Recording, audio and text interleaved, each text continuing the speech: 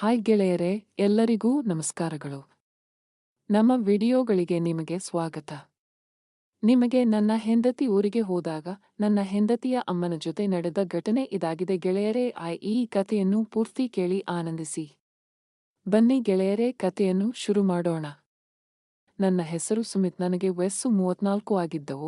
ಹಾಗೆ ನನಗೆ ಮದುವೆಯಾಗಿ 6 ವರ್ಷಗಳಾಗಿವೆ. ಹಾಗೆ ನನಗೆ ನನ್ನ ಹೆಂಡತಿಯೂ ಕೂಡ ನೋಡಲು ತುಂಬಾ ಚೆನ್ನಾಗಿ ಹಾಗೂ ಒಳ್ಳೆ ಮೈಕಟ್ಟನ್ನು ಹೊಂದಿದವಳು. ಹಾಗೆ ನನ್ನ ಹೆಂಡತಿಯು 2 ದಿನ ಅವರ ಗೆಳತಿಯರ ಜೊತೆ ಪ್ರವಾಸಕ್ಕೆ ಹೋಗಿ ಬರುತ್ತೇನೆ ಅಂತ ಹೇಳಿದಳು. ನನ್ನನ್ನು ಅವರ ಅಮ್ಮನ ಮನೆಯಲ್ಲಿ ಬಿಟ್ಟು ಹೋದಳು. ನಾನು ಕೂಡ 4 ದಿನ ಆಫೀಸಿಗೆ ರಜೆ ಹಾಕಿದ್ದೆ. ಹೀಗಾಗಿ ನಾನು ನನ್ನ ಹೆಂಡತಿ ಹೋದ ನಂತರ ಅಲ್ಲಿ ಅತ್ತೆಯ ಮನೆಯಲ್ಲಿ ಇದ್ದೆ. ಹಾಗೆ ನನ್ನ ಅತ್ತೆಯ ಕೂಡ ನೋಡಲು ತುಂಬಾ ಚೆನ್ನಾಗಿಯೇ ಇದ್ದಳು. ಹಾಗೂ ಒಳ್ಳೆಯ ಮೈಕಟ್ಟು ಹಾಗೆ ಸುಂದರವಾದ ಮುಖವನ್ನು ಹೊಂದಿದ್ದಳು. ಹಾಗೆ ನಾನು ಅತ್ತೆಯ ಮನೆಯಲ್ಲಿ ಇದ್ದೆ. ನನ್ನ ಹೆಂಡತಿಯ ಜೊತೆ ಆಟವನ್ನು ಆಡದೆ 1 ವಾರಗಳು ಕಳೆದಿತ್ತು. ನನಗೆ ಆ ವಿಷಯದಲ್ಲಿ ಸಮಾಧಾನ ಇರಲಿಲ್ಲ.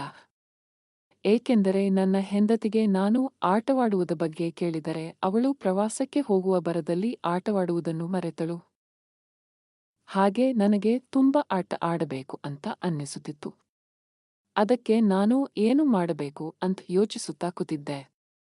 ಅಷ್ಟರಲ್ಲಿ ಅತ್ತೆ ನನಗೆ ಅಡುಗೆ ಮಾಡಿಕೊಂಡು ಬಂದು ಕೊಟ್ಟರು.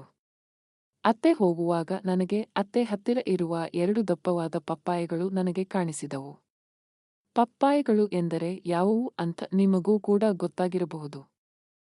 ಆ ಪಪ್ಪಾಯಗಳು ತುಂಬಾ ದಪ್ಪವಾಗಿ ಇದ್ದವು. ಹಾಗೆ ತುಂಬಾ ರಸಭರಿತವಾಗಿ ಇದ್ದವು.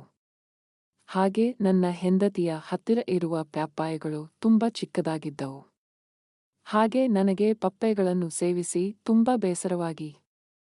ಅದಕ್ಕಾಗಿ ನಾನು ನನ್ನ ಹೆಂಡತಿಗೆ ಹೇಳದೇನೆ ಅತ್ತೆ ಹತ್ತಿರ ಇರುವ ಪಪ್ಪಾಯಗಳನ್ನು ಹೇಗಾದರೂ ಮಾಡಿ ಪಡೆದುಕೊಳ್ಳಬೇಕು ಅಂತ. ಹಾಗೆ ಅದರಲ್ಲಿ ಇರುವ ರಸವನ್ನು ಪೂರ್ತಿಯಾಗಿ ಸೇವಿಸಿ ರಸ ಬರುತ್ತೋ ಇಲ್ಲವೋ ತಿಳಿದುಕೊಳ್ಳಬೇಕು ಅಂತ ಯೋಚಿಸಿದೆ. ಹಾಗೆ ನಮ್ಮ ಮಾವ ತೀರಿ ಹೋಗಿ 3 ವರ್ಷ ಕಳೆದಿತ್ತು. ಹಾಗೆ ನನ್ನ ತಲೆಯಲ್ಲಿ ಒಂದು ವಿಚಾರ ಹೊಳೆಯಿತು. ಅದು ಏನೆಂದರೆ ಮಾವ ತೀರಿ ಹೋಗಿ 3 ವರ್ಷ ಆಗಿತ್ತು. ಆದರೆ ಅತ್ತೆ ಆಟವಾಡದೆ ಇಷ್ಟು ದಿನಗಳ ಕಾಲ ಹೇಗೆ ಇದ್ದಿದ್ದರೆ ಅಂತ ಯೋಚಿಸಿದೆ. ಹಾಗೆ ನಾನು ಊಟ ಮಾಡಿ ಕುಳಿತುಕೊಂಡಿದ್ದೆ. ಅತ್ತೆಯ ಕೂಡ ನನ್ನ ಪಕ್ಕದಲ್ಲಿ ಬಂದು ಕುಳಿತುಕೊಂಡರು. ಹಾಗೆ ನಾವು ಮಾತನಾಡುತ್ತಾ ಕುಳಿರುವ ನಾನು ಅತ್ತೆಗೆ, ಅತ್ತೆ, ನಾನು ನಿಮಗೆ ಒಂದು ವಿಚಾರವನ್ನು ಕೇಳುತ್ತೇನೆ, ಅದಕ್ಕೆ ನೀವು ನನಗೆ ಬೇಬಾರದು ಅಂತ ಹೇಳಿದೆ. ಅದಕ್ಕೆ ಅತ್ತೆ ಏನು ಹೇಳಿ ಅಳಿಯಂದರೆ ಅಂತ ಕೇಳಿದರು. ಅದಕ್ಕೆ ನಾನು ಏನಿಲ್ಲ ಅತ್ತೆ, ಮಾವ ತೀರಿ ಹೋಗಿ 2 ವರ್ಷ ಕಳೆಯಿತು. ಹಾಗೆ ನೀವು 2 ವರ್ಷಗಳ ಕಾಲ ಆಟವಾಡದೆ ಹೇಗೆ ತಡೆದುಕೊಂಡಿದ್ದೀರಾ ಅಂತ ಅತ್ತೆಗೆ ಕೇಳಿದೆ. ಅದಕ್ಕೆ ಅತ್ತೆ ಅಳಲು ಶುರು ಮಾಡಿದರು. ಏಕೆ ಅಂತ ನನಗೂ ಗೊತ್ತಾಗಲಿಲ್ಲ. ನಂತರ ನಾನು ಅತ್ತೆಗೆ ಸಮಾಧಾನ ಮಾಡಿ ಏನಾಯಿತು ಅತ್ತೆ ಅಂತ ಕೇಳಿದೆ. ಅದಕ್ಕೆ ಅತ್ತೆ ಏನು ಮಾಡುತ್ತೀರಾ ಅಳಿಯಂದ್ರೆ, ನನ್ನ ಜೀವನವೇ ಎಷ್ಟು ಅಂತ ಹೇಳಿ ಬೇಸರದಿಂದ ಕುಳಿತುಕೋ. ಹಾಗೆ ನಾನು ಅತ್ತೆಗೆ ಸಮಾಧಾನ ಮಾಡಿದೆ. ಅತ್ತೆ, ನೀವು ಅಳುವುದನ್ನು ನನಗೆ ನೋಡುವುದಕ್ಕೆ ಆಗುತ್ತಿಲ್ಲ. ಹಾಗೆ ನಿಮ್ಮ ಕಷ್ಟವನ್ನು ನಾನು ಅರ್ಥ ಮಾಡಿಕೊಳ್ಳುತ್ತೇನೆ. ದಯವಿಟ್ಟು ನಿಮಗೆ ನನ್ನ ಹತ್ತಿರ ಏನಾದರೂ ಸಹಾಯ ಬೇಕಾದರೆ ಧಾರಾಳವಾಗಿ ಕೇಳಬಹುದು ಅಂತ ಹೇಳಿದೆ. ಅದಕ್ಕೆ ಅತ್ತೆ, ನಿಮ್ಮ ಹತ್ತಿರ ಏನು ಸಹಾಯ ಕೇಳಬೇಕು ಅಂತ ಹೇಳಿ ಸುಮ್ಮನೆ ಕುಳಿತಿರುವ ಅದಕ್ಕೆ ನಾನು ಮತ್ತೆ ನಿಮಗೆ ಏನು ಬೇಕೋ ಸಹಾಯ ಕೇಳಿ, ನನ್ನ ಕೈಲಿ ಆದಷ್ಟು ಸಹಾಯ ಮಾಡುತ್ತೇನೆ ಅಂತ ಅತ್ತೆಗೆ ಹೇಳಿದೆ. ಅದಕ್ಕೆ ಅತ್ತೆ ಸರಿ ಅಳಿಯಂದ್ರೆ ಅಂತ ಹೇಳಿ ಮಲಗಿಕೊಳ್ಳಲು ಹೋದರು. ಆಗ ನಾನು ಕೂಡ ಇವತ್ತು ಕೆಲಸ ಆಗುವುದಿಲ್ಲ ಅಂತ ಹೇಳಿ ಮಲಗಿಕೊಳ್ಳಲು ಹೋದೆ. ಮಲಗಿಕೊಂಡಾಗ ನನಗೆ ದಪ್ಪ ಪಪ್ಪಾಯಗಳು ನನಗೆ ನೆನಪಿಗೆ ಬರುತ್ತಿದ್ದವು. ಹಾಗೆ ನಾನು ಯೋಚಿಸುತ್ತಾ ಮಲಗಿಕೊಂಡಿದ್ದೆ. ರಾತ್ರಿ 2 ಗಂಟೆ ಆಗಿತ್ತು. ನಾನು ವಾಶ್ರೂಮ್ಗೆ ಹೋಗಿ ಬರಬೇಕು ಅಂತ ಹೊರಗಡೆ ಬಂದೆ.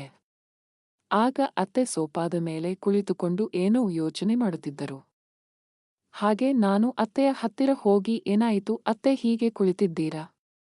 ಏನಾದರೂ ತೊಂದರೆ ಇದೆಯಾ ಅಂತ ಕೇಳಿದೆ. ಅದಕ್ಕೆ ಅತ್ತೆ, ಏನಿಲ್ಲ ಅಳಿಯಂದಂದ್ರೆ, ನೀವು ರಾತ್ರಿ ಹೇಳಿದ ವಿಷಯದ ಬಗ್ಗೆ ಯೋಚಿಸುತ್ತಿದ್ದೆ. ಹಾಗೆ ನಿಮ್ಮ ಹತ್ತಿರ ಯಾವ ರೀತಿಯಿಂದ ಸಹಾಯ ಕೇಳಬೇಕು ಅಂತ ನನಗೆ ಗೊತ್ತಾಗುತ್ತಿಲ್ಲ ಅಂತತ್ತೆ ಹೇಳಿ ಸುಮ್ಮನೆ ಕುಳಿತುಕೊಂಡರು. ಹಾಗೆ ನಾನು ಅತ್ತೆ, ನೀವು ನೇರವಾಗಿ ನಿಮಗೆ ಏನು ಬೇಕು ಕೇಳಿ ಅಂತ ಹೇಳಿ ಅತ್ತೆಗೆ ರೇಗಾಡಿದೆ. ಅದಕ್ಕೆ ಅತ್ತೆ ಒಂದು ಕ್ಷಣ ತಿರುಗಿ ನನ್ನ ಮುಖವನ್ನು ನೋಡಿ, ಅಳಿಯಂದಿದ್ರೆ ನೀವು ತಪ್ಪು ತಿಳಿಯುವುದಿಲ್ಲ ಅಂದರೆ ನನಗೆ ನಿಮ್ಮ ತಮ್ಮನನ್ನು ಪರಿಚಯ ಮಾಡಿಕೊಡಿ. ಏಕೆಂದರೆ ನಾನು ಅವನ ಜೊತೆ ಆಟವಾಡಬೇಕು. ಹಾಗೆ ನಾನು ನಿಮಗೆ ಆಟವಾಡಿದ ನಂತರ ಉಡುಗೊರೆಯಾಗಿ ನನ್ನ ಹತ್ತಿರ ಇರುವ 2 ವಸ್ತುಗಳನ್ನು ನಿಮಗೆ ಉಡುಗೊರೆಯಾಗಿ ಕೊಡುತ್ತೇನೆ ಅಂತ ಹೇಳಿದರು. ಅದಕ್ಕೆ ನಾನು ಸರಿ ಆಯಿತು ಅತ್ತೆ ಅಂತ ಹೇಳಿ 2 ವಸ್ತುಗಳು ಯಾವುವು ಅಂತ ಕೇಳಿದೆ. ಅದಕ್ಕೆ ಅತ್ತೆ ನೀನು ನನಗೆ ಮೊದಲು ನಿನ್ನ ತಮ್ಮನನ್ನು ಪರಿಚಯ ಮಾಡಿಕೊಡುಕೋದು. ಸ್ವಲ್ಪ ಹೊತ್ತು ಆಟವಾಡಿದ ನಂತರ ನಾನು ನಿಮಗೆ ನನ್ನ ಹತ್ತಿರ ಇರುವ ದಪ್ಪವಾದ ಪ್ಯಾಪಾಯಿಗಳನ್ನು ನಿಮಗೆ ಕೊಡುತ್ತೇನೆ. ಹಾಗೆ ಆ ಪಪ್ಪಾಯಿಗಳಲ್ಲಿ ತುಂಬಾ ರಸ ಇದೆ. ಆದರೆ ಈಗ ರಸ ಬರುವುದಿಲ್ಲ ಅಂತ ಹೇಳಿದಳು. ಅದಕ್ಕೆ ನಾನು ಇರಲಿ ಕೊಡಿ ಅಂತ ಹೇಳಿ ಪ್ಯಾಪಾಯಿಗಳನ್ನು ತೆಗೆದುಕೊಂಡು ಸೇವಿಸಿದೆ. ಹಾಗೆ ಅತ್ತೆಯ ನನ್ನ ತಮ್ಮನ ಜೊತೆ ನಿರಂತರವಾಗಿ ಆಟವಾಡಿದವರು. ಹಾಗೆಯೇ ನನ್ನ ತಮ್ಮ ಆಟವಾಡುವಾಗ ಅತ್ತೆ ಕಣ್ಣು ಮುಚ್ಚಿಕೊಂಡ ಕೈಗಳನ್ನು ಬಿಗಿ ಹಿಡಿದುಕೊಂಡು ಮಲಗಿಕೊಂಡಿದ್ದರು. ಹಾಗೆ ನನ್ನ ತಮ್ಮನೂ ಕೂಡ ತುಂಬಾ ಚೆನ್ನಾಗಿ ಆಟವಾಡುತ್ತಿದ್ದ. ಅತ್ತೆ ಸ್ವಲ್ಪ ಸಮಯದ ನಂತರ ಆಟ ಸಾಕು ಬಿಡು ಅಂತ ಹೇಳಿದರು. ನನ್ನ ತಮ್ಮ ಕೇಳಲಿಲ್ಲ. ಹಾಗೆ ನಿರಂತರವಾಗಿ ಆಟವಾಡಿದ. ಹಾಗೆ ಅತ್ತೆ ದಯವಿಟ್ಟು ಇವತ್ತು ಇಷ್ಟು ಆಟ ಸಾಕು, ನಾಳೆ ಮುಂದಿನ ಆಟವನ್ನು ಆಡೋಣ ಅಂತ ಹೇಳಿದಳು. ಅದಕ್ಕೆ ನಾನು ಅತ್ತೆಯ ಮಾತನ್ನು ಕೇಳಿ ನನ್ನ ತಮ್ಮನನ್ನು ಕರೆದುಕೊಂಡೆ.